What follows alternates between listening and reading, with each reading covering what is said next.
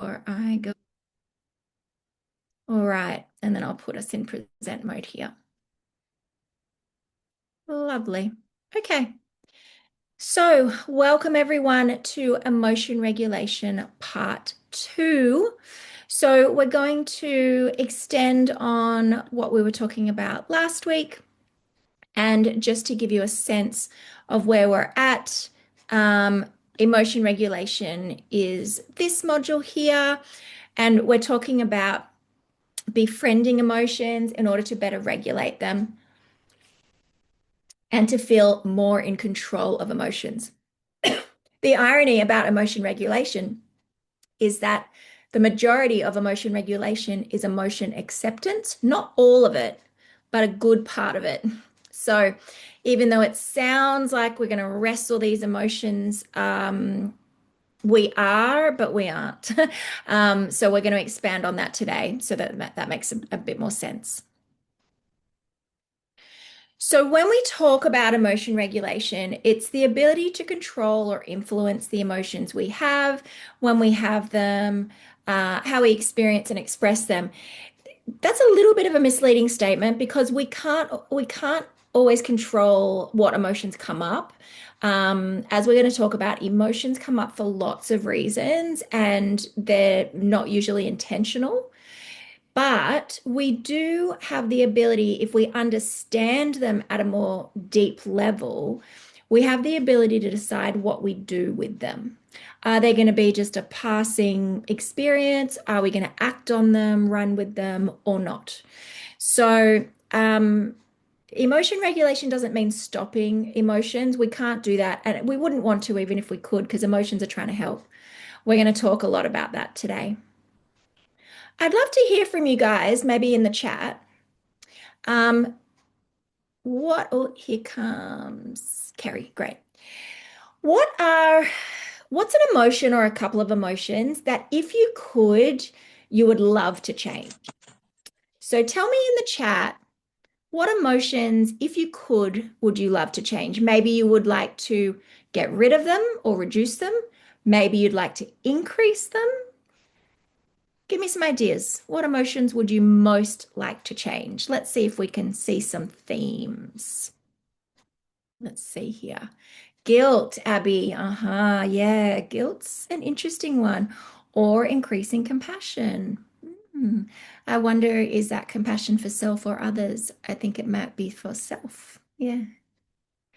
Or maybe for both. Scott has said sadness and happiness. So I'm assuming, Scott, reducing sadness, increasing happiness. Yeah, pretty much. Amazing. Yeah. Yeah. And Kelsey, fear. Yeah. So for a lot of people, they feel that fear really dominates and runs the show. Be really nice to reduce that, feel a little bit more free from fear. Yeah.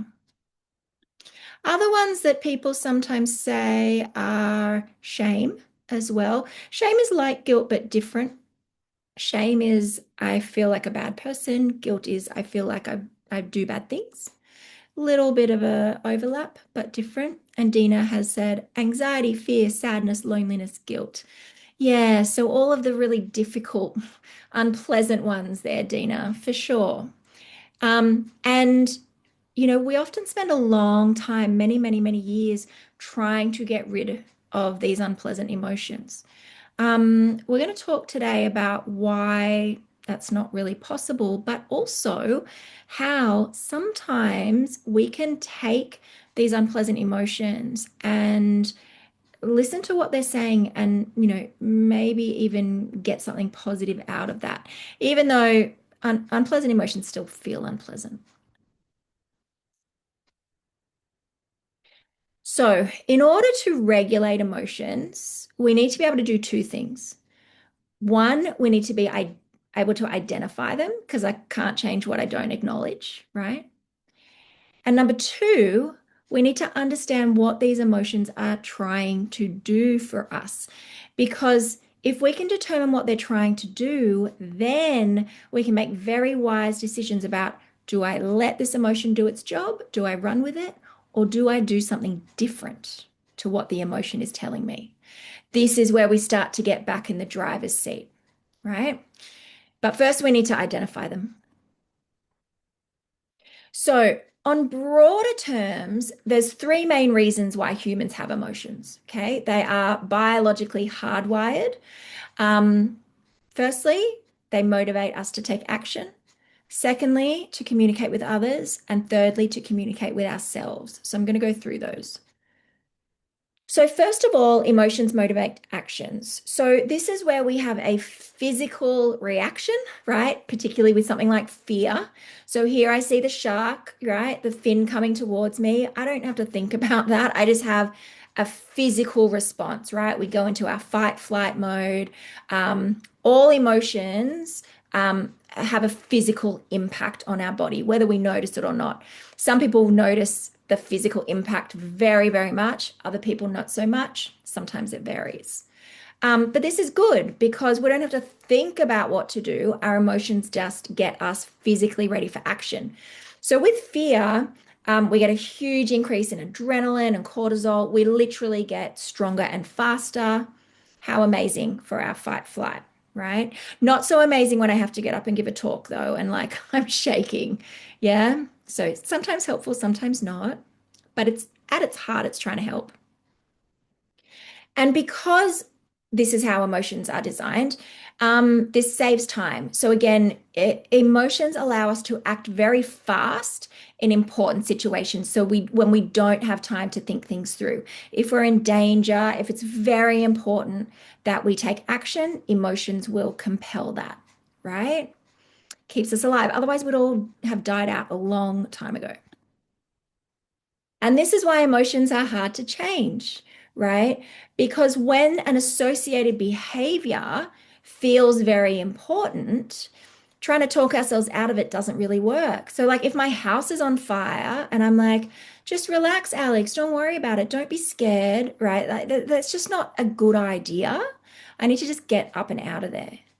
The problem is when the house isn't on fire, but I'm thinking it's on fire, my body is screaming at me to like quick run, but that may not be actually the best thing to do. So this is where things get tricky.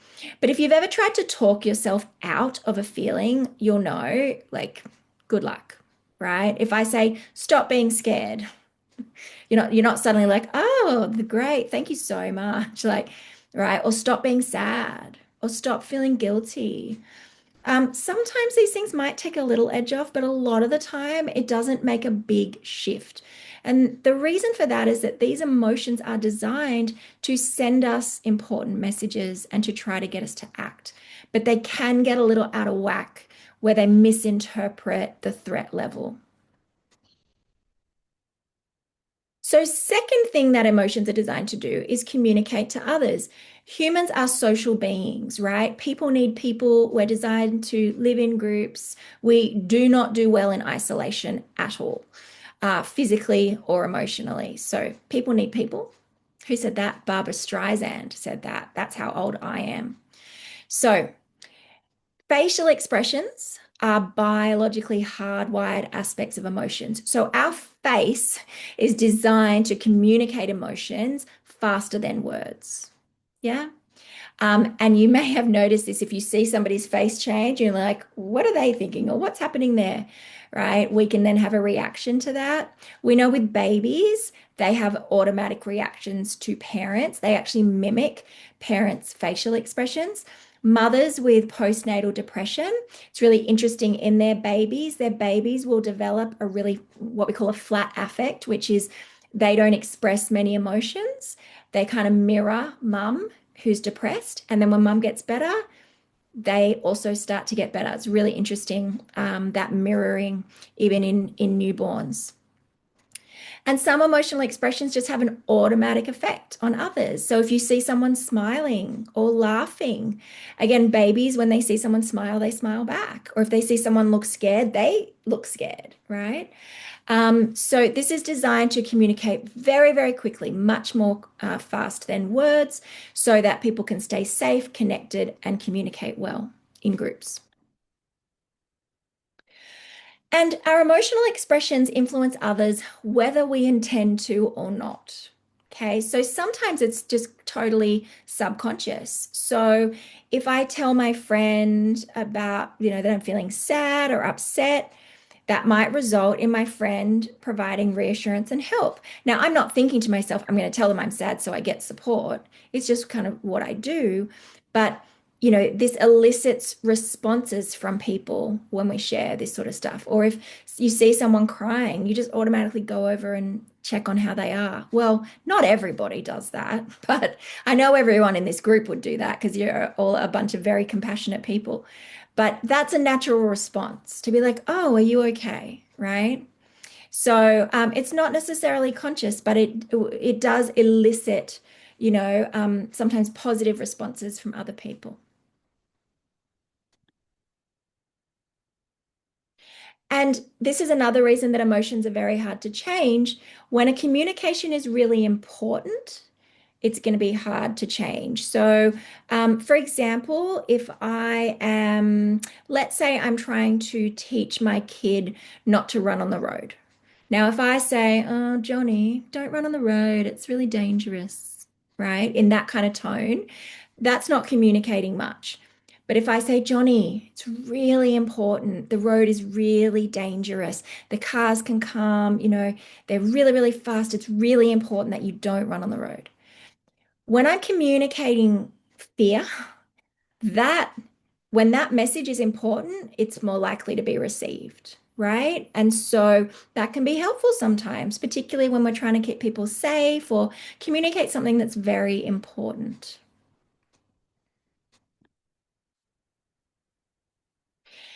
Let me ask you and tell me in the chat, have you ever experienced where somebody's verbal and non-verbal expressions do not match?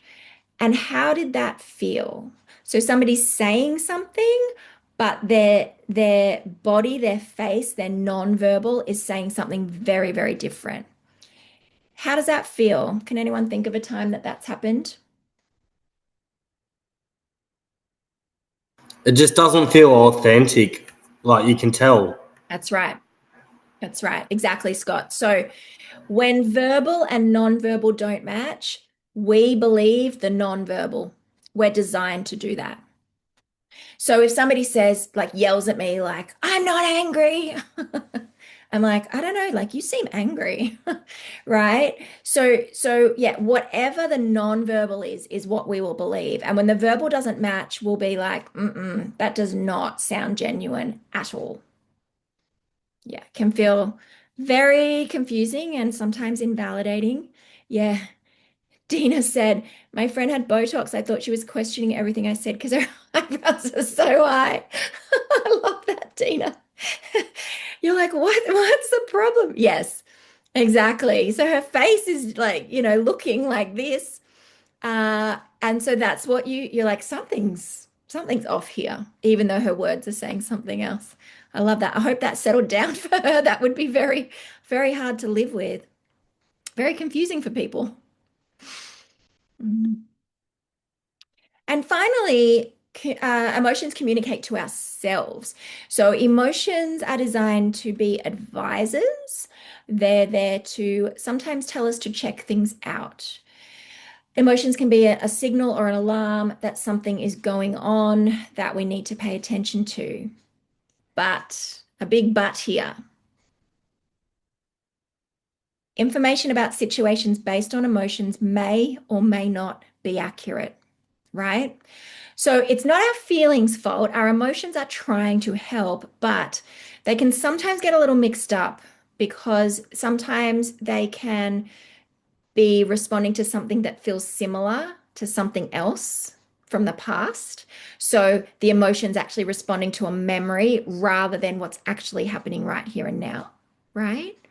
Or sometimes the emotion is responding to thoughts, that might be quite catastrophic or worry based, and then emotion is coming with that may or may not fit the facts.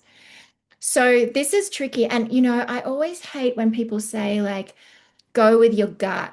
And if you've ever struggled with mental health or anxiety or anything, going with your gut is just such terrible advice. It's like my gut tells me that the world is on fire 90% of the time. That is terrible advice right? How do I know the difference between a gut feeling and anxiety, or a gut feeling and a trauma trigger, or a gut feeling and old issues repeating themselves? Very, very hard to do. So, we want to treat emotions as advisors, but they're not in charge. So when an emotion shows up, we're going to be curious about it and see what it's about, but we don't automatically act as if it's true. We need to actually suss it out before we decide what we're going to do with it, right? Because sometimes emotions can be, yeah, out of kilter with what's happening. It's not the emotion's fault, it's just brains, right? Brains and bodies gets confusing. We've got that primitive brain in there and that advanced brain, and it's sometimes not perfectly aligned for modern day life. So if we treat emotion as fact, then this can lead to a lot of difficulties, right? If I feel scared, it must be dangerous. That's often not true. Or if I feel guilty, I must have done something wrong. Or if I feel shame, I must be a bad person. Often not the case. So we want to be really careful in this territory. So emotions are advisors, but they are not fact. So there are some things that can make it really hard to regulate emotions. Now, we do know from research that some people are born feeling emotions more intensely than others. We can see this in babies from early on, that some babies are born feeling things more intensely. They're more emotionally sensitive, if we want to use that word, than other babies, right? So there does seem to be a biological predisposition. Now, this is a double-edged sword. If you're someone who has always felt emotions quite strongly, and you'll know if you are, because I mean, over 20 years, I've had so many people say to me, I've always felt things strongly, Alex. It's just how I am from when I can remember. If you're one of these people, you are very empathetic, very compassionate, and you connect well with people. The flip side is you feel pain, rejection, and hurt and things like that more intensely as well. So it's not even the intensity at which we feel emotions. Some people do feel them more than others. And if you are a person who feels emotions strongly, that just means that you need to make sure you've got really good emotion regulation skills. So you can use that power for good, right? Because it is an amazing superpower to be emotionally sensitive, but it does mean that you'll feel unpleasant emotions more strongly as well. Sometimes lack of skill makes regulating emotions hard. How on earth do we learn how to regulate emotions? So, if you think back to your life experience, how did your parents regulate their emotions or your caregivers, right? What did that look like? Were they very skillful in regulating their emotions, or did they tend to hang out in extremes where maybe they were very dysregulated and emotions were running the show a lot? Abby and Scott both said they didn't. Yes. Yeah. Abby felt dysregulated. Yeah. So sometimes caregivers can be very dysregulated, where there's a lot of chaos and a lot of like emotional, overwhelm. Sometimes caregivers can be totally shut down and shaming and blaming around emotions. And sometimes we can have both extremes, right? We can have one parent of each, or we can have a parent that flip-flops between the two. So, we need to look at, well, how was I supposed to know how to regulate emotions if that's what was modeled to me? We don't get taught how to regulate emotions in school. God knows why. We should, but we're not. So how on earth would I we? I agree with that. Yeah, They say should more, have Kim. see, yeah, absolutely. I don't know why we're still bothering with partner dancing in school. True story. My kids at primary school still did partner dancing where the boys stand in the middle and the girls stand on the outside and then they have to hold hands. I mean, like, what are we doing? Put them in an emotion regulation class, please. Lord knows that's going to be money better spent. But anyways, that's my rant for the day. Actually, it's not. There'll be more. I lie. There'll totally be more. Um, so yeah, how do we learn how to regulate if we're not taught?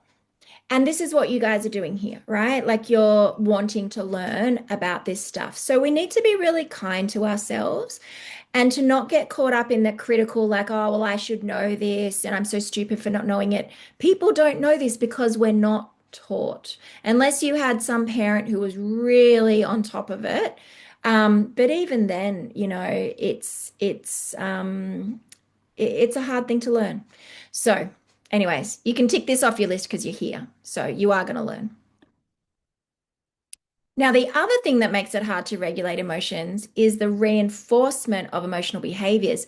So sometimes emotions are reinforced, sometimes unintentionally. For example, if every time I get really angry, I get what I want, that's just reinforced anger for me, right? And that can build. My brain goes, oh, that works. That gets our needs met. So I'm going to repeat that.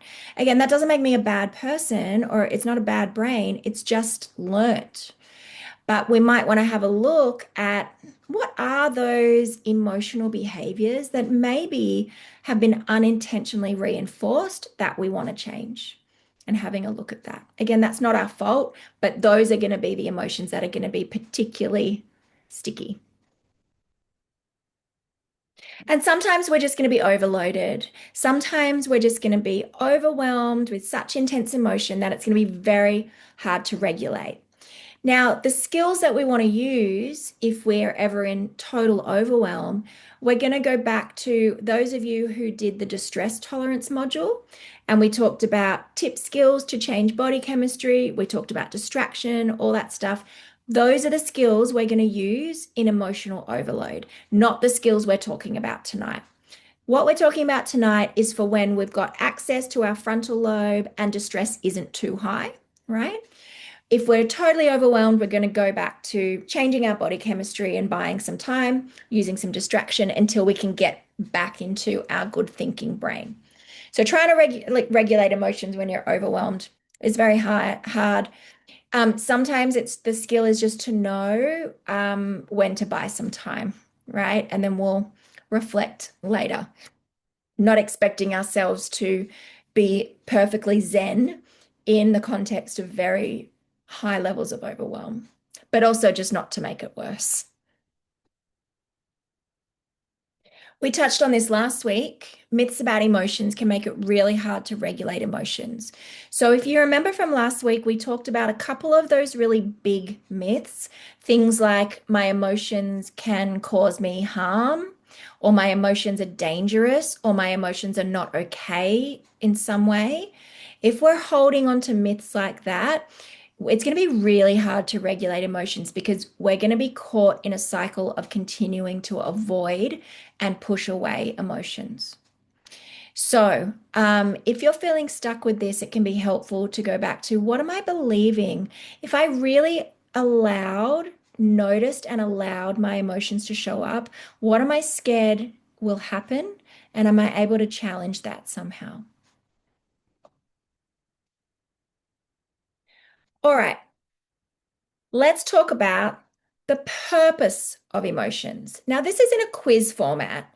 So, if you would like, you can just put a letter in the chat of what you think it is. Don't worry about being wrong. Some of these are quite hard, but it's just for a bit of funsies, a fun way to learn it.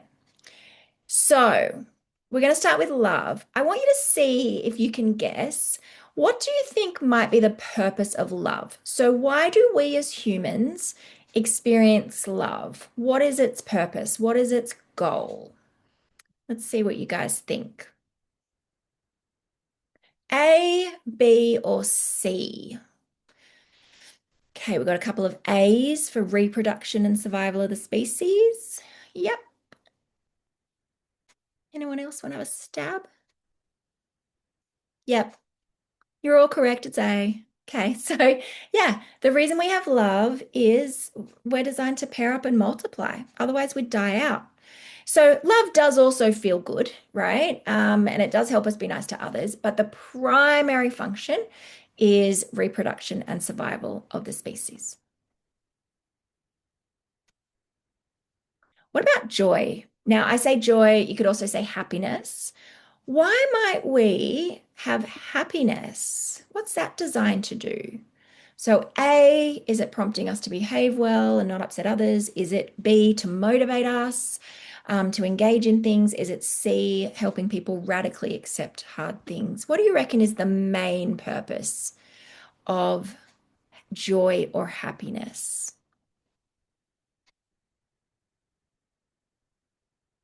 Couple of B's, B's, B's, B's.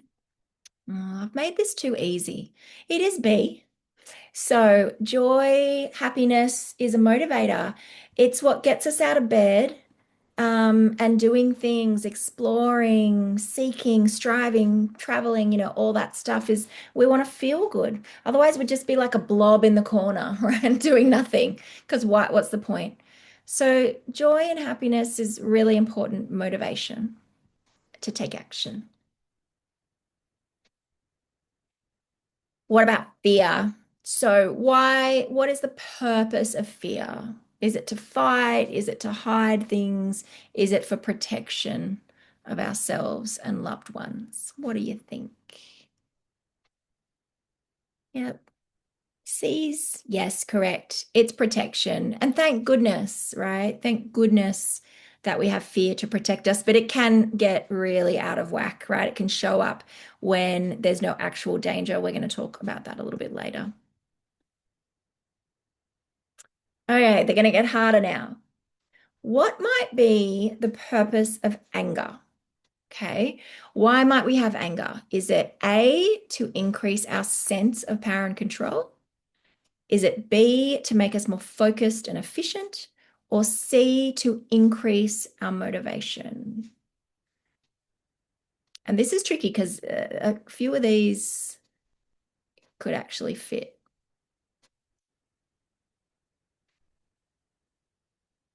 Okay. So it could do all three, but actually we think that the primary aim of anger is A, to increase our sense of power and control. Now, what's interesting here is that it's to increase our sense. That doesn't mean we're actually more powerful or more in control. It makes us feel more powerful and more in control. Now, this can be very helpful if we're fighting against injustices, standing up against oppression, bullying, things like that. Super helpful. Not so helpful if we're just trying to like get along with our partner. But again, it's not that anger is good or bad. It's just that sometimes it's more helpful than others. But it is designed to try and help us feel more powerful and in control. What about disgust? Now, disgust can be physical, but it can also be social. Why might we feel disgust? Is it about increasing connection? Is it about rejecting things that are contaminated or offensive or reducing vulnerability? What might it be? Disgust.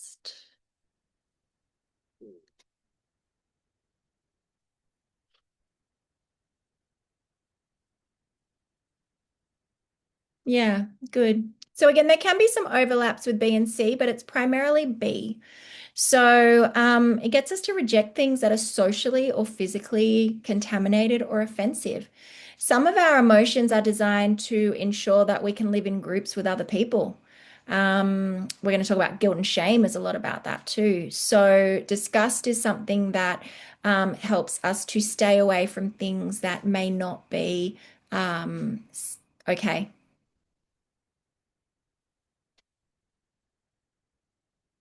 Okay, this one's hard. What is the purpose of sadness? Why on earth would we need sadness?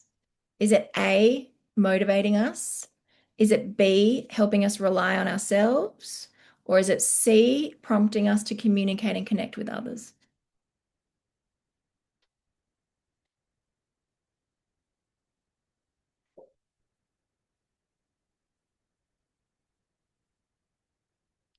Yeah, interesting. Lots of people say B here. People in the face-to-face group earlier today, a lot of people said B as well. So, what's interesting with sadness that may surprise you is that its purpose is actually C. So, sadness is designed to communicate to others that we need support. And then when other people support us, that increases social connectedness. So, imagine that you're living in your prehistoric cave with your prehistoric family, and something awful happens. They're all killed, they're all wiped out. Saber-toothed tiger comes, kills them all, right? I don't actually know if humans and saber-tooths lived at the same time. Don't fact check me. You get the point. So they all die. My grief, my sadness is designed to communicate to other groups of people that I need support. They take me in, they feed me, they house me. Those social bonds are strengthened. Now, this is really important because if I sit out in my cave by myself, I'm going to die. My sadness, my grieving communicates to others, it gets me support. And if I'm with them, if I'm connected to them, I'm going to live. Okay. So this is the job of sadness, but it's so interesting because so often we do the opposite with sadness, don't we? We don't tell anybody, we just cry ourselves to sleep, and we feel worse and worse and worse. And sometimes that's because we're not allowing sadness to do its job. Yes, Scott, you said try to hide it. That's the opposite of what sadness wants you to do. Now, I'm not suggesting that you go and share your sadness with everybody. And sadness can sometimes become problematic, but being able to share your sadness with someone and to have them support you is letting sadness do its job. And that's what's going to allow ourselves to process and move through sadness more easily. So, an interesting one to think about. What about numbness? Is Yeah. that under sadness as well? Do you, And anger? does numbness feel like sadness to you, Carrie? Do I they don't feel even similar? know what to put it under. I was just having a conversation with a friend yesterday who I was supporting, and I knew where she was coming from a grief point of view. And I do remember it quite strongly. I'm past it now, but I was trying to remember where I connected that to anger, sadness, and I couldn't quite remember. Yeah, because I tend to think of numbness as something that we do when we're trying to subconsciously avoid or protect ourselves from the full emotion, you know? Yeah, yeah, It's not always conscious. It's often a pattern that we've developed to try to reduce the intensity of what's going on. Yeah, Scott said yeah, numbness is just too much of something, and then I go numb. yeah. We can even link it in with, for some people, dissociation and things like that, where again, it's Yeah. not intentional. We're not thinking, I'm going to numb out now or I'm going to dissociate now. It just sort of happens. But Mm, what's interesting is that when we dig down, if numbness is coming up a lot, what's probably happening is that there are some myths about emotions going on which are keeping us believing we have to continue to numb or dissociate. Again, this is at a very subconscious level. If we can what if, increase sorry. our, Yeah. that's all right. If we can increase our confidence to be able to sit with feelings, the numbness will start to ease. But then Yeah, guess that's what I what? We will said. feel the feelings. That's what I said. Yeah. Um, Sometimes people will say, well, why would I want to do that? I'd rather be numb than Mm, feel grief, that's what loss, she said. distress. And hey, I'm not going to argue with you. Absolutely. If that feels better in the moment, go with it. I'm not here to tell Mm, anybody, what they should or shouldn't feel. However, numbness and dissociation will not last forever because feelings want to be felt. As we've just explored, they have a purpose, they have jobs to do. And if we numb out, if we try to numb out for too long, we'll get what we often call like emotional spillage, or like it's like the emotions just kind of up the ante and come out in other ways. mm. So, long-term numbness is not really possible. At some point it will stop working, and then it's very, very, very painful. Because you've buried it.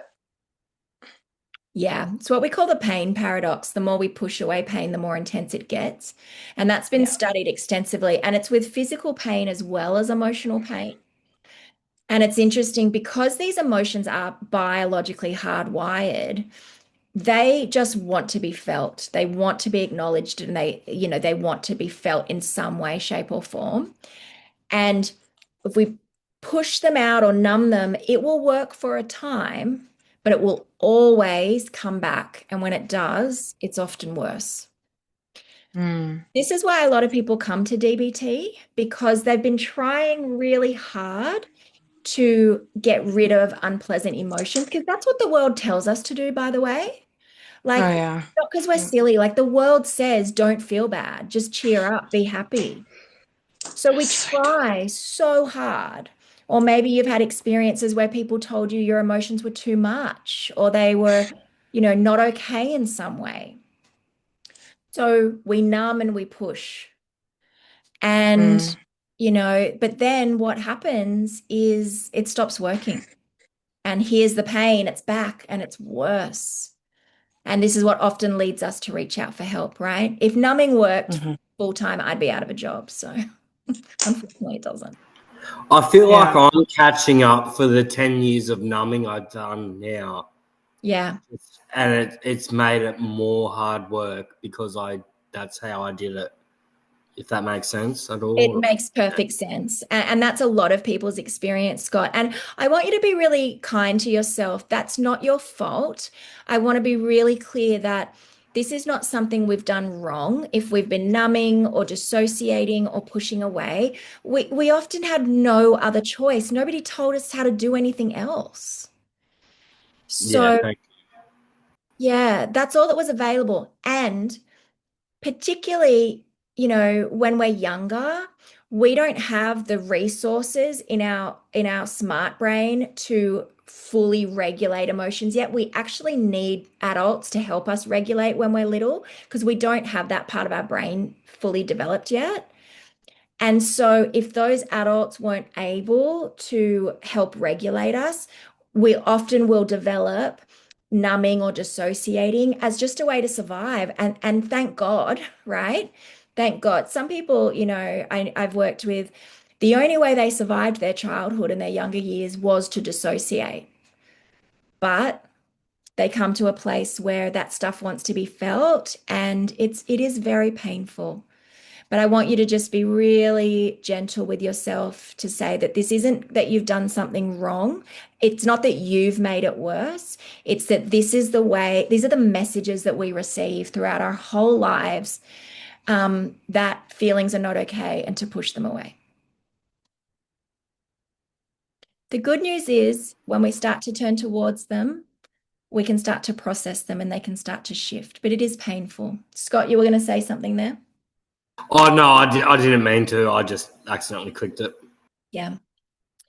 Yeah. So this is a journey, it's a process, and we just be really kind to ourselves while we're doing it. But yeah, feelings want to be felt in some way, shape, or form.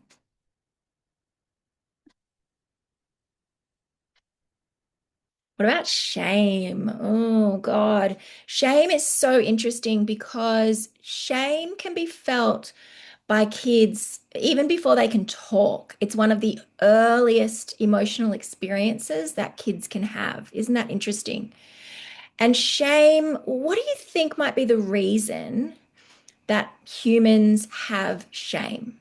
So, do you think it's A, it encourages us not to engage in or to hide social taboos that might get us rejected? Do you think it's to increase power and control or to increase connection? Why might we have shame? I honestly don't know with this one. Yeah, Yeah, it's a tricky one. yeah. So it is A. Dina's got it. Tracy got it. So we think that shame, so before we had like, laws and all that sort of stuff, humans really needed ways to be able to function in groups so that groups worked, right? People weren't just doing all this crazy stuff to each other.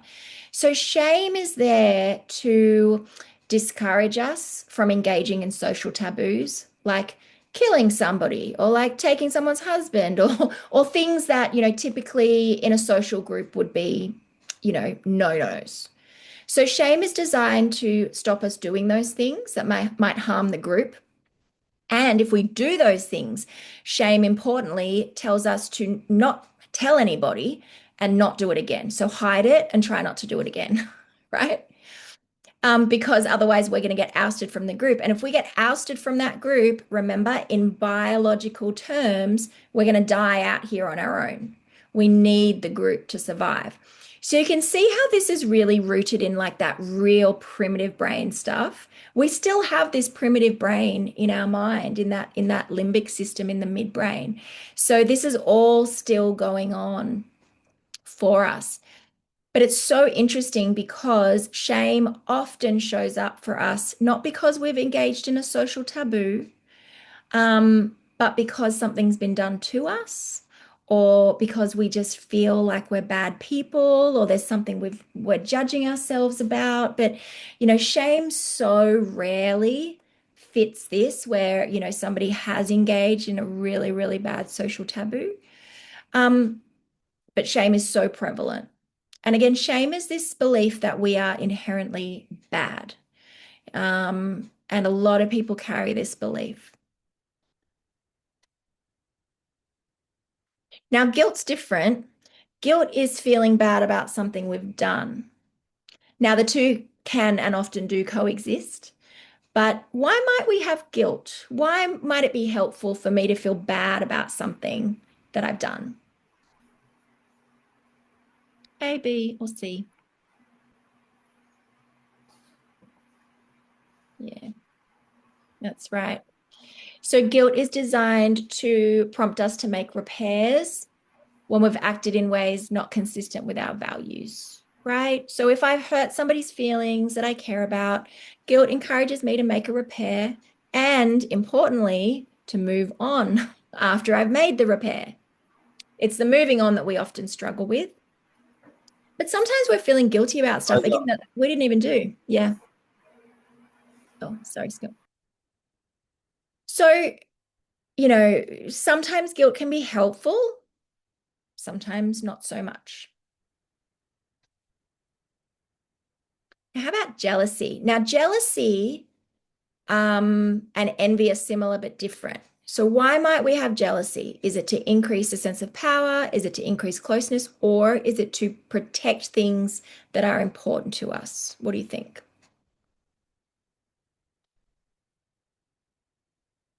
A, B, or C? Yep, got some C's. Yep. So jealousy is protecting things that are important to us. If someone's trying to steal something that's really important to me, jealousy is designed to get me to take action to protect it. Great. Now, envy is different. Envy is actually about, I want what you have. So jealousy is, don't take what I have, and envy is, I want what you have. Why might we have envy? Is it A, focuses us on working hard to get what others have that we want? Does it prompt us to make repairs? Does it prompt us to hide social taboos? What might it be?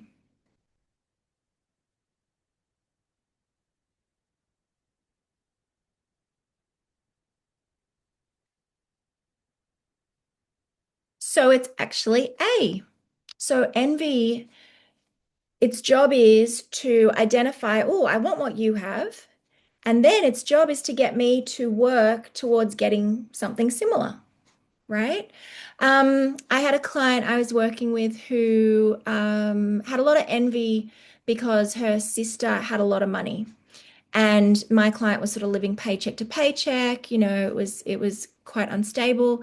And she had so much envy about this sister who was really, really wealthy. And she felt really bad about the envy. She was like, judged it, like I shouldn't be envious, and that makes me superficial and materialistic, and why can't I be happy for my sister and all this sort of stuff.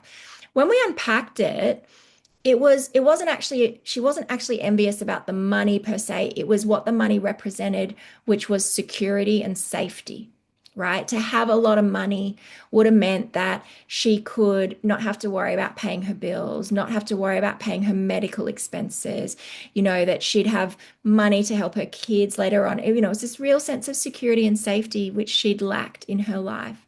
So when we unpacked the envy without judging it, we could see how important safety and stability was to her. And then we could talk about, well, how could she create safety and stability, other than winning the lotto, right? So it didn't actually have to be linked to money. There were other ways that she could create this sense of safety and stability. So envy there was really helpful because it helped direct her towards action in other areas, which improved her life.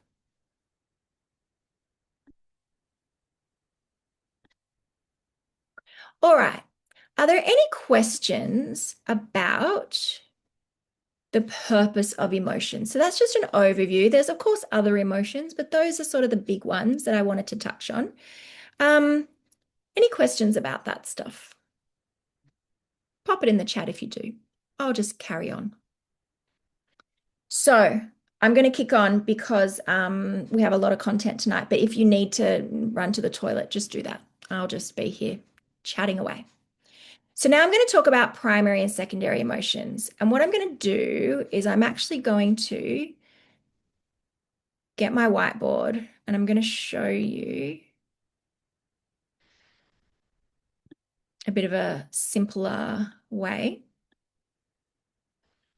to understand primary and secondary emotions. So remember when I said that identifying emotions is a really important part to regulating emotions. So this is where identifying emotions, we can sort of take it to this next step. So in DBT, we put emotions into two different categories: primary emotions and secondary emotions. All right. There are 6 primary emotions in DBT. Okay, so this is just the DBT theory. You'll hear of other theories, but I think this one is the best, obviously. Joy, love, hurt, pain, sadness, and fear. That's it. 6 primary emotions. Everything else, every other emotion you could mention is a secondary emotion. Okay? So here's the theory.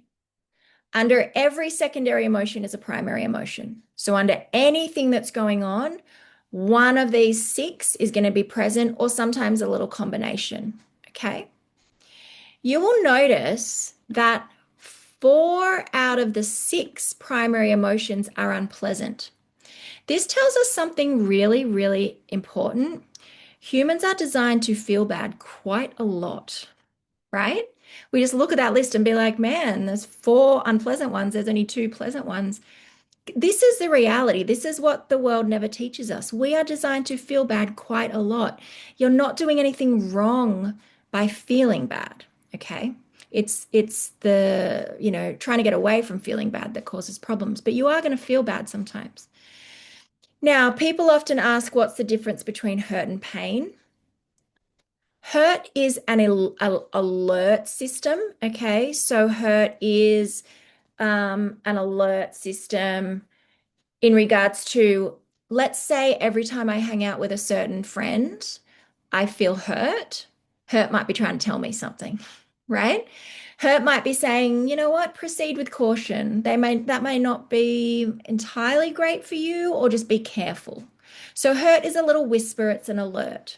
Now, pain, on the other hand, is an alarm, a very loud alarm.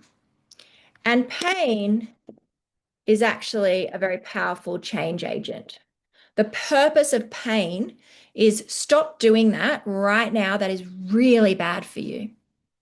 If you've ever got out of a toxic relationship, pain motivated that. Thank God. If you have ever quit an addiction or tried to quit an addiction, pain motivated that. Thank God, right? So pain is just calls it time out and it wants change immediately. Hurt is more of a proceed with caution, right? We talked about sadness and fear already. Of course, joy and love are in there. Don't worry because you're not going to struggle with those, right? It's the unpleasant ones we struggle with. Now, here's the pattern that will often happen, something like this. Let's say somebody calls me a horrible name, which, can you believe it, has happened? And I feel really angry, right? I just want to tell them where they can stick it. Now, I might be very aware of the anger, but what's under the anger is going to be a primary emotion, and it's probably going to be something like hurt. Now, this happens so quick that I am not like, oh, I'm hurt and then I'm angry. Well, I do that now because I know these skills, but that's not how we naturally respond. Often it's so quick, that primary to secondary, that we only notice the secondary. So the skill here is to start to ask ourselves what's under the secondary emotion. Why that's helpful is because secondary emotions and primary emotions work a little bit differently. They all have their jobs to do and they can all be helpful or unhelpful. But if, say, with anger, let's say I'm angry and I identify that I'm angry and I'm like, right, I'm angry. And I talk about how angry I am and I tell everybody and I'm like, oh, I'm so angry. Do I get less angry?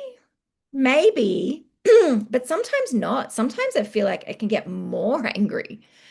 Secondary emotions, if we only put our focus on those, we're sort of missing the point. We're missing what's underneath. And those secondary emotions, we can kind of start to spiral a little bit. Whereas primary emotions are like the root cause. And if we identify the root cause, that wants to be felt and identified, that will start to shift. So let's say I've gotten really angry, somebody's hurt my feelings. So I might pause. Now, this isn't like in the heat of the moment, but let's say, oh, I'm still feeling really angry about that. Why am I so angry about that? I cannot let that go. What's under the anger? Okay, hurt, right? Now, hurt is a very vulnerable emotion. So is pain, sadness, and fear. These emotions feel very vulnerable, very powerless, but these are the ones that actually want to be acknowledged. That doesn't mean I have to tell everybody about my hurt. I just need to acknowledge it to myself. Because if I only deal with secondary emotions, it's like cutting off the tops of the weeds in the garden. It will help for a while, but to really get significant change and shift, I'm going to get that whole root ball out. And that's what the primary emotions are. They're the root. If I deal with the root, guess what? Secondary emotions take care of themselves. This is really interesting with anger because back in the day, like back in the 70s and 80s, they used to encourage people to like vent their anger, right? There was this idea that like if you vented your anger, then it would get rid of anger. It did not work at all. And that was because it only focused on the secondary emotion, right? And what really needed attention was the primary. So we're going to start to use this language. And if you're in one-on-one sessions with us as well, we're going to be using this language where we might say to you at times, what's under that shame, or what's under that guilt, or what's under that anger, or what's under that frustration. And this is what we're talking about. You know, what is the primary thing? And sometimes it's just a naming it, noticing it, acknowledging that it's showing up. Yeah, okay, I felt really hurt. And immediately it starts to soften because it just wants your attention for a minute, right? It just wants a little bit of, attention, compassion, all of that stuff. So this in DBT is how we start to understand how emotions are interacting with each other. Does anybody have questions about primary and secondary emotions? Please feel free to ask while I get my next topic ready. No questions, but that makes a lot of sense to me. Yeah, awesome. So this is good, if that resonates with you, to really start asking yourself those questions when an emotion comes up, to be like, oh, what's under this? And the good thing is you really only have to remember four primary emotions because we'll just ignore joy and love. Hurt, pain, sadness, fear. It's going to be one of those or a combination of a couple of them, but one of them will be predominant. And see what it's like to just, oh, hurt, right? But can I just ask, is that the same? Is there like a third set of emotions? So I know a lot of the time frustration comes, and that's another thing, like Yep. going back to another one as well. Is that? So definitely, you can have multiple secondary emotions. So it could be primary and then it could be anger, frustration, guilt, right? So yeah, there can be, and sometimes emotions can trigger other emotions. Like, oh, then I got angry. Then I felt guilty about getting angry. Now I feel ashamed about guilt about, there can be this sort of like, yeah, a chain reaction, if you like. We want to come back to what's under this. Even if it feels like a big, messy chain of things, can I identify hurt, pain, sadness, or fear? What might be going on? And to start with, we might just have a guess, right? So even if it's difficult to identify, you might think, well, what would a friend maybe be experiencing if this happened, right? Or like thinking about if somebody else experienced this, what might it be? And then we can just try it on for size. Like, oh, maybe that's hurt. All right. How does that sit with me? Or it could be, maybe a bit of hurt, maybe a bit of fear. But yes, it can get very complicated and lots of things bouncing off each other. But at the root, at that root ball, it will be hurt, pain, sadness, or fear, or some combo.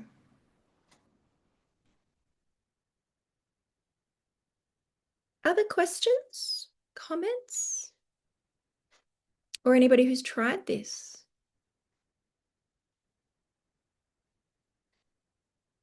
Cool.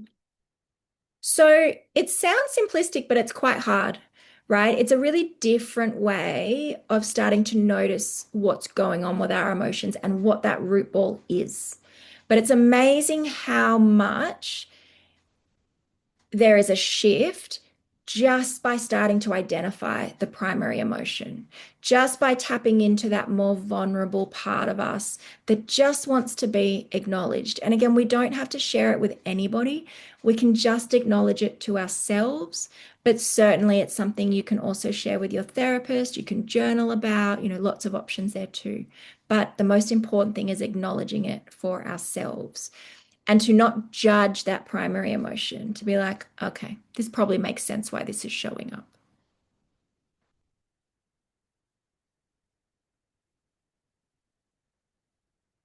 All right. Now I'm going to skip on through to ignore all that. It's in the slides, but we don't need to go through it all. There's a list of primary emotions in there. Okay, and a couple of examples. But I'm going to skip on through to opposite action because I really want to get to this tonight for you guys. This is a really helpful skill. Now, we've been talking about when emotions are showing up and maybe they fit the facts and we just want to acknowledge them, right? And validate them. Sometimes, though, emotions show up and they're really not helpful to act on. They're maybe not fitting the facts of what's happening, and we don't want to act on them. This is where opposite action comes in. So, I said a lot of emotion regulation is emotional acceptance, and it is. Opposite action is the exception to the rule. This is what we're going to do when acting on the emotions is not going to be helpful and skillful. Let's have a look at that.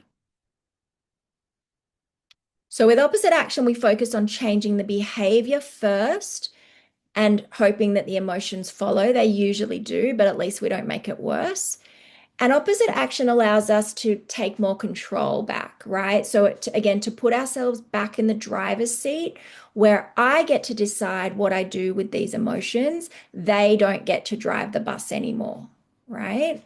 And this can really help reduce problem behaviors by using opposite action as well. So opposite action is doing the opposite of the emotional urge that's not so helpful. What we're not doing here, we're not judging emotions, we're not denying them. This is not like toxic positivity where we're just like pretend to be happy, but we're not. It's none of those things. It's simply saying that in this situation, acting on my emotion is not going to be helpful. So I'm going to skillfully choose something else, right? I'm going to get in that driver's seat. I'm going to say, thanks, emotion, but I'm going to do this instead. So there's two situations where we would want to use opposite action. If the emotion doesn't fit the facts of the situation, and when acting on the emotion won't be helpful. If the emotion fits the facts, and I'm going to show you what that means, and if it's helpful to act on it, then just get out of the way and let it do its job, right?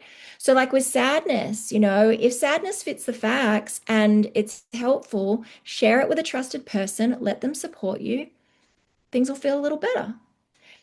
If you're scared and there's actual danger, run the hell away. Good. Let fear guide that.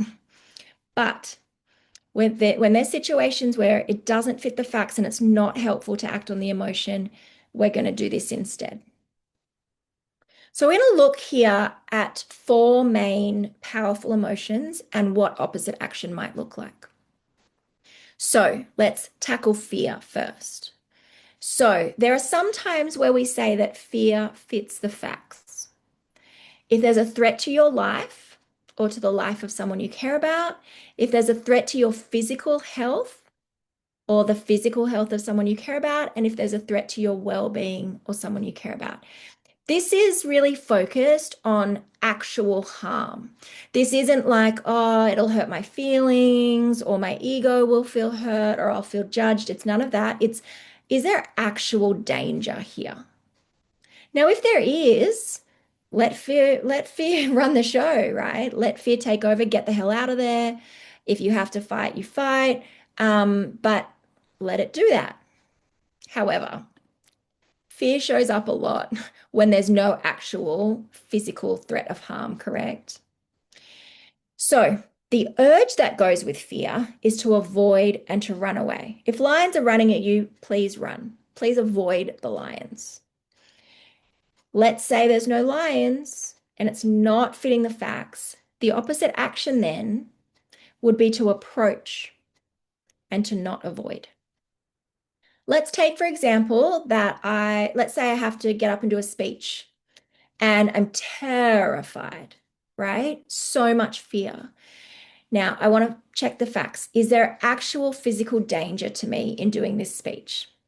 No. So it doesn't fit the facts. Is it helpful for me to act on fear? So fear would have me just avoid and not do it. Is that helpful? Probably not. Maybe this is a topic that would be really valuable to share about. Maybe I have something valuable to say. Maybe it's helpful for other people to hear. Maybe I need to do it as part of my grade, right? So it doesn't quite fit the facts and it's not helpful to avoid. So that's when I'm going to do an opposite action. I'm going to approach giving the speech rather than avoiding it. Now, the way I do that matters. Fear, opposite action, is doing what we're afraid of over and over again, approaching people, places, and situations we're afraid of. A little caveat here. You don't have to tackle the 10 out of 10. I don't need to get up and do a speech to 300 people first. Ideally, let's start with some smaller groups and then work our way up to 300 people, right? So you don't have to go your 10 out of 10, but we want to be approaching and building up to that, right? We want to have a sense of control and mastery over fear, and that increases our confidence and it reduces the impact of fear. Now, the other thing I want to do, we say that we want to do opposite action all the way, mind, body, and spirit. So I'm not going to get up on that podium and talk like a little mouse and be all hunched over and be hiding my face. That's not an opposite action to fear. That's just talking and, being afraid. Instead, opposite action, I'm going to use my whole body to do the opposite of fear. So I'm going to act confident. I'm going to get up, I'm going to put my shoulders back, I'm going to make eye contact with people. Maybe I smile or tell a joke. I'm going to slow down. Now, I might be absolutely shaking inside, but I'm using my body to do opposite action all the way, right? Now, what tends to happen is we start to feel less scared. But even if that doesn't happen, I'm not making it worse, right? And it will get easier the more that I do it. So, this opposite action, some people are like, oh, fake it till you make it. It's a little bit like that. It's probably more intentional than that. But yes, I'm going to act the opposite of fear.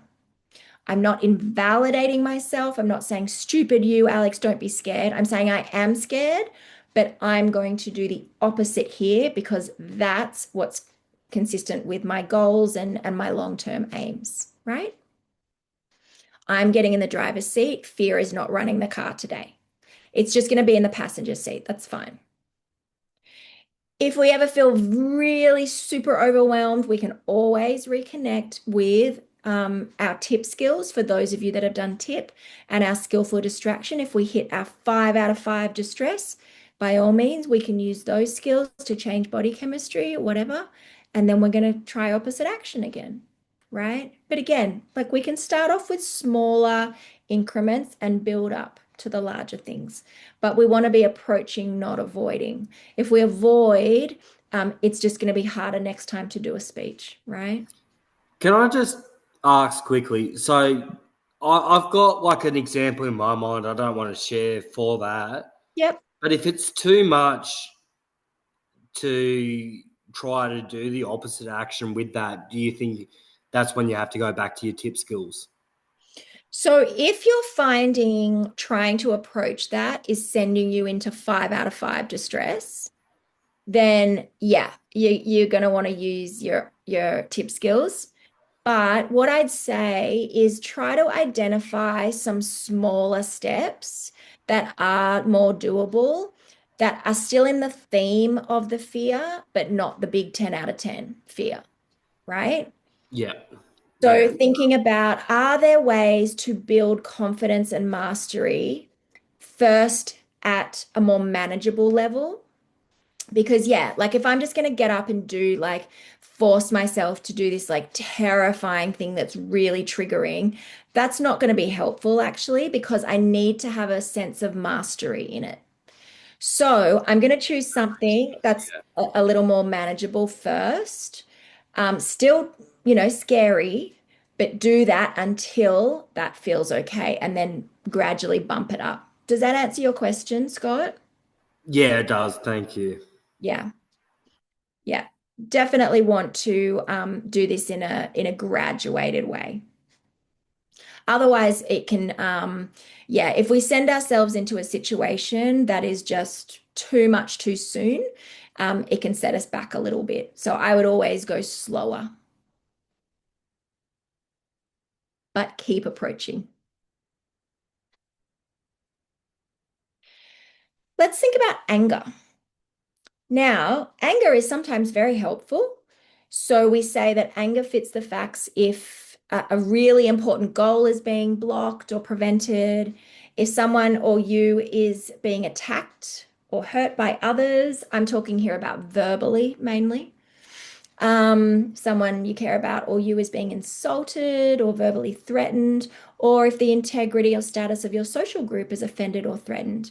So we're talking here about when we're actually under attack verbally, right? That people are maybe saying nasty things or, undermining us. It could be bullying, it could be oppression, it could be, what do you call it? Discrimination, things like that.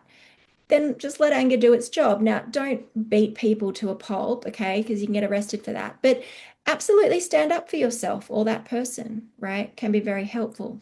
But sometimes anger shows up and we think we're under attack, but we're actually not, right? Like when I get home and I see that like the dishes aren't done and I perceive that as some sort of a personal affront that my partner has not done the dishes. This is somehow, an insult to me.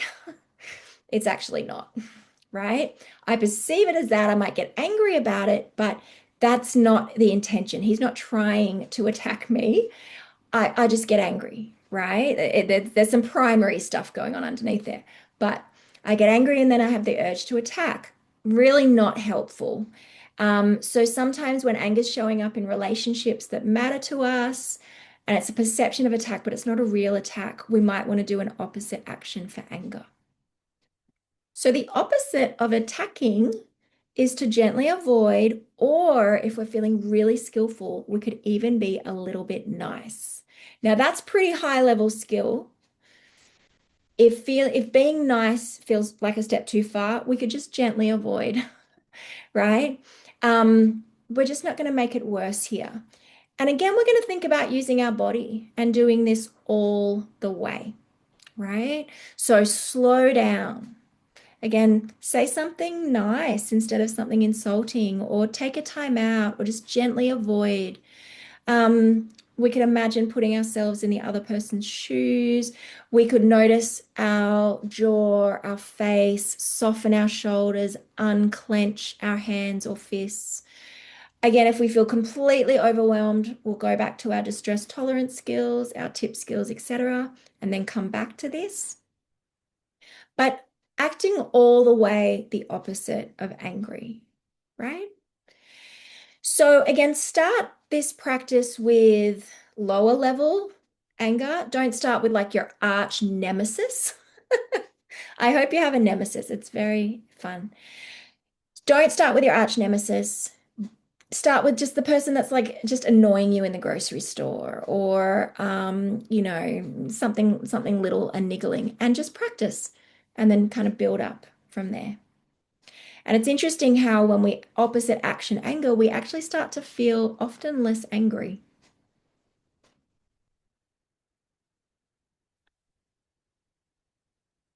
Now, sadness is in here.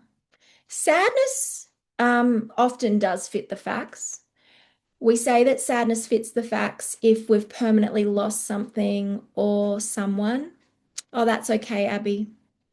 You can watch the recording back if you're missing parts of it with the internet. So sadness fits the facts if we've lost someone or something permanently, or if things are not the way we want or expected and hoped they would be. So sadness actually fits the facts a lot. So if it fits the facts, we share it with a trusted person, we allow them to support us, right? But sometimes sadness can get a little bit out of whack. Maybe we've been wallowing in bed for days, or, we're just really, really kind of in it, even though there's, people there to support us, there's stuff going on that's positive, we just can't seem to shift it. That might be a good time for opposite action to sadness. So often the urge that goes with sadness is to withdraw and isolate, which we know often makes us feel worse. Now, if you want to take a doona day every now and then, like, just go for it. I'm talking here about when it becomes a problematic pattern. So if I want to do opposite action for sadness, I'm going to get gently active. I'm going to move my body. I'm going to get up out of bed. I'm going to avoid avoiding. I'm going to do things that make me feel competent and confident. So what things am I good at? I'm going to start to do some of those things, even if it's just making a meal or a cup of tea, anything. Increase pleasant activities. Change our posture. It might mean having a shower, putting some makeup on, putting some clean clothes on, adopting a bright posture, not just kind of dragging myself through, the day in my pajamas. So all of these things can help just shift. Again, we're not saying the sadness is bad. We're just saying it's not helping anymore.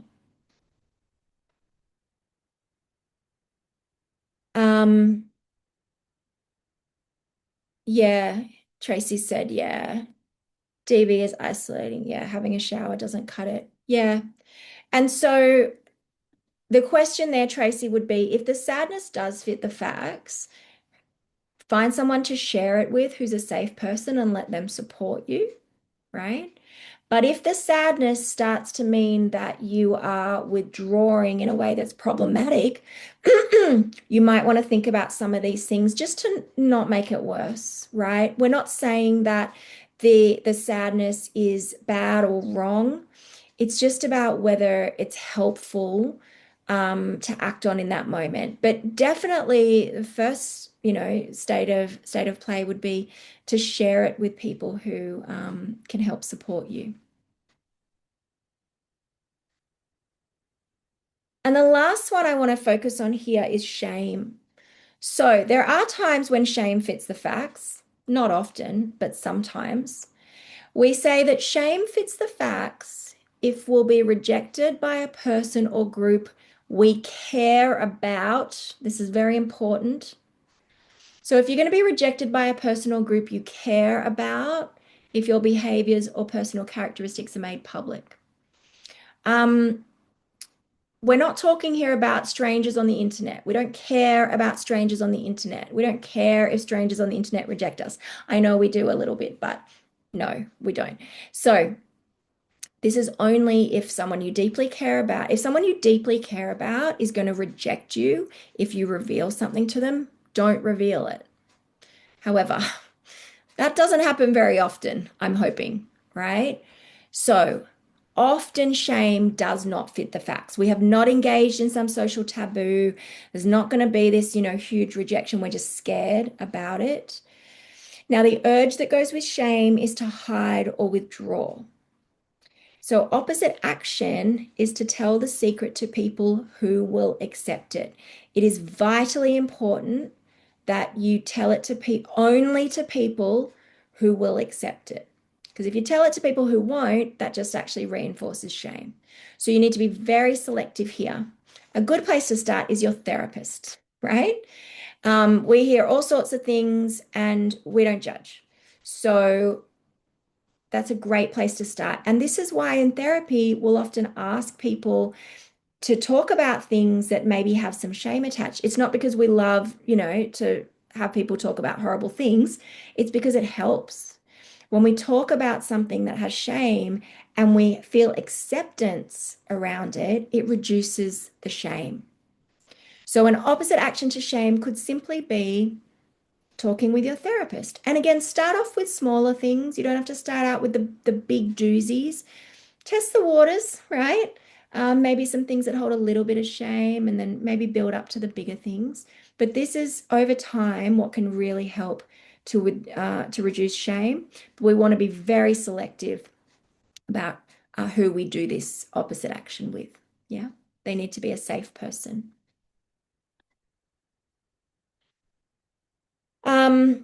So full opposite action for shame, if we deem it safe enough, would be to make public, characteristics or behaviors that you've felt shame about to people who won't reject you. Repeat the behavior that set off the shame. Don't hide it anymore. Don't apologize or try to make up for a perceived transgression. Change your body to look proud. Forgive yourself if possible, and try and let go. Now, these are hard. This is, this is a journey. We build up to all of this, but the idea behind it is to, where it's safe enough, start to share some of the shameful stuff and have people accept you. That's what shifts shame. Shame thrives in secrecy, right? Okay. We have a couple of examples here. We won't do them all. Let's just talk about Phoebe before we finish up. So Phoebe's 20. She's made an appointment with a therapist to start some talking therapy. Her doctor recommended it, but she's feeling really anxious and fearful about going to her first session. This is very normal. And she's thinking of canceling.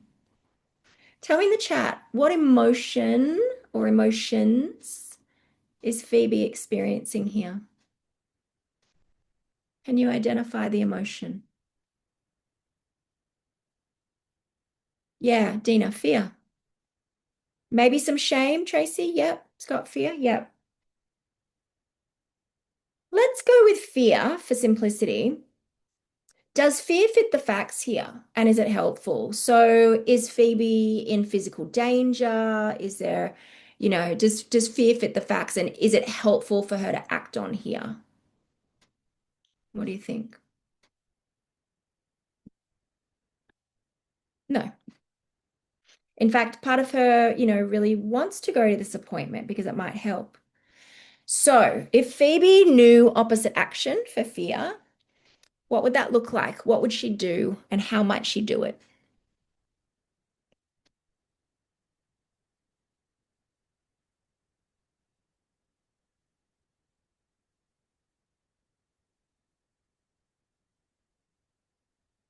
I know you got to type a bit more for this one.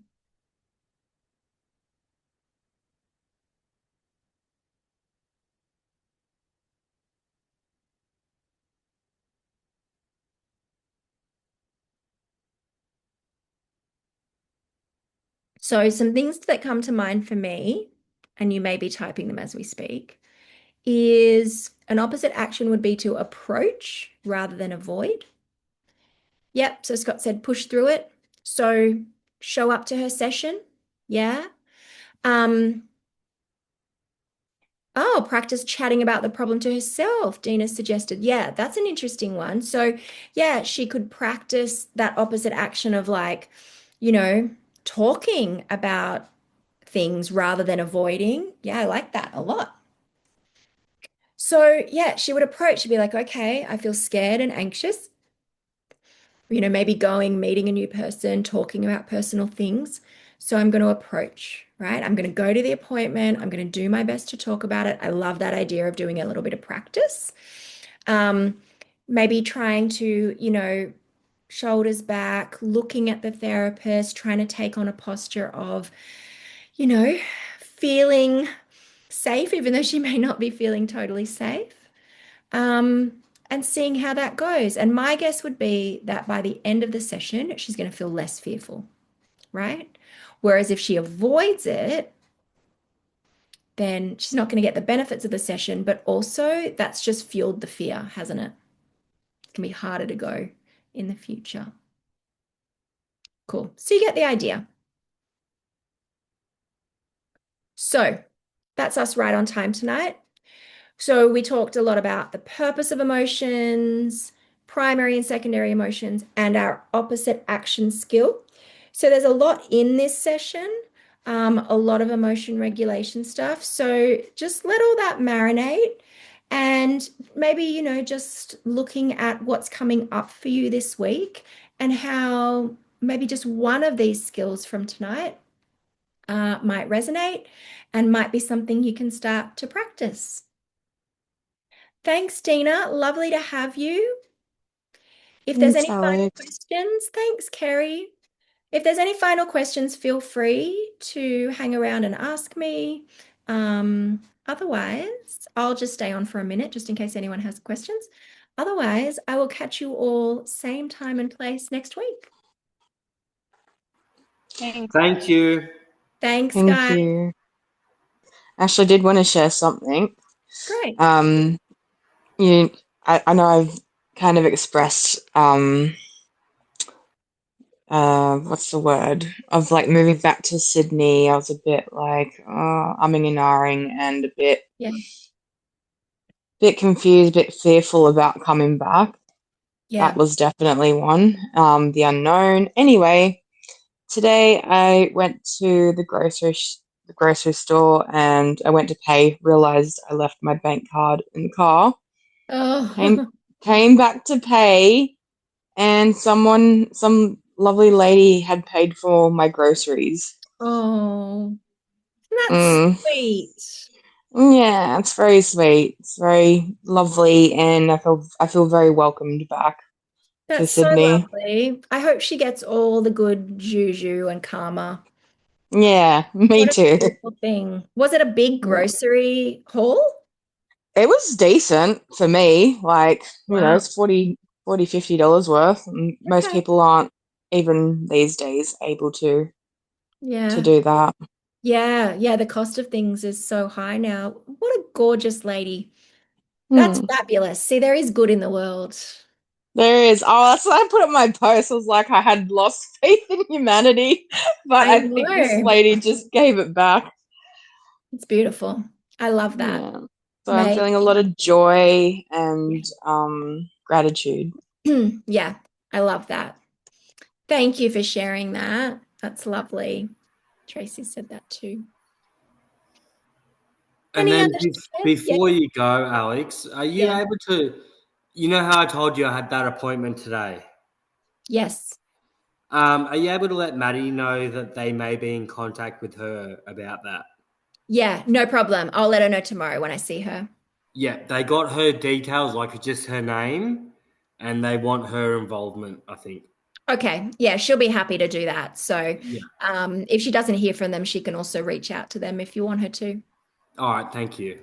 Perfect. I will tell her tomorrow. And once again, thank you for tonight. It is, yeah, You're so welcome. yeah. It's lovely to have you all here. It's just such a good thing you're doing, putting this on too. Like it's really appreciated. So thank you. Oh, it's my pleasure. I love doing it. Great to have you guys here. Yeah, huge thanks, Alex. And I'm so sorry about last week. I was gonna actually ask if I if I could if I could please have the recording for Yeah. last week and I'll go over it. Yeah, I've just been trying to decide what platform to put the recordings on, and I'm just being indecisive about it, but I have them all ready to go. So I will share that with you as soon as I put them in that platform, which will hopefully be tonight or tomorrow. Thank you so much. Okay. All right. Well, thank you. See you I'm next. going to go and try and eat some dinner. Good All right. idea. Bye, Yeah. guys.